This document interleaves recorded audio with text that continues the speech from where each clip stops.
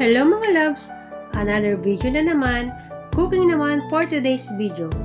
Ito ang aking special sapin-sapin. Wow! 2 bilao ng sapin-sapin ang po-order kong ito. Ito ay order ni Marisa Ruben Sibuma. Maraming salamat, Madam Sis.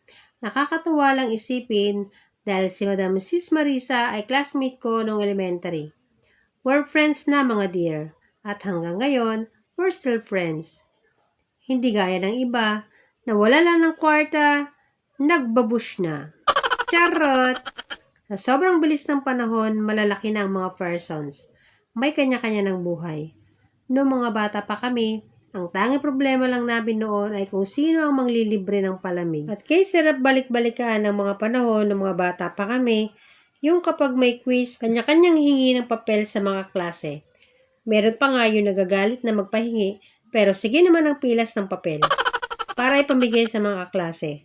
At meron din namang matalino para hindi maubos ang papel, mag-iipit na ng paisa-isang papel sa libro. O diba, wala nang hihingi pag ganon. Ganon din sa polvo.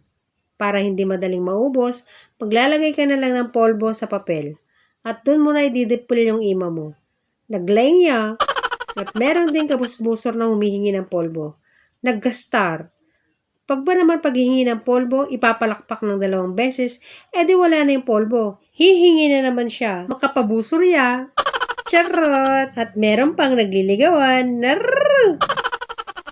Yan yung mga panahon na bata pa lang kami.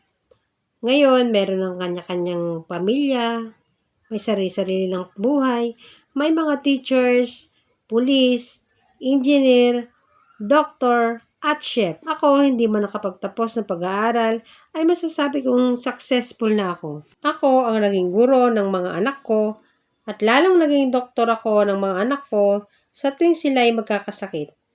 At ngayon, nagpapaka-chef na din, agbibisin, charot!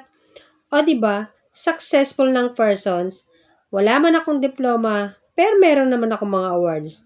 At kung ano yon, secret. Basta, meron. At malapit nang matapos ang pag-aayos ko ng sapin-sapin. Isang nakakabusog na naman nakakanin. Sa mga gustong umorder, wala na po tayong rush orders. Kahit matagal pa po ang okasyon, mas maganda pong i-order nyo na. At sa mga hindi pa po nakakaalam, may trabaho na po kasi ako sa barangay hall bilang isang sekretary ng barangay. Kaya limit na po ang aking pagpapa-order.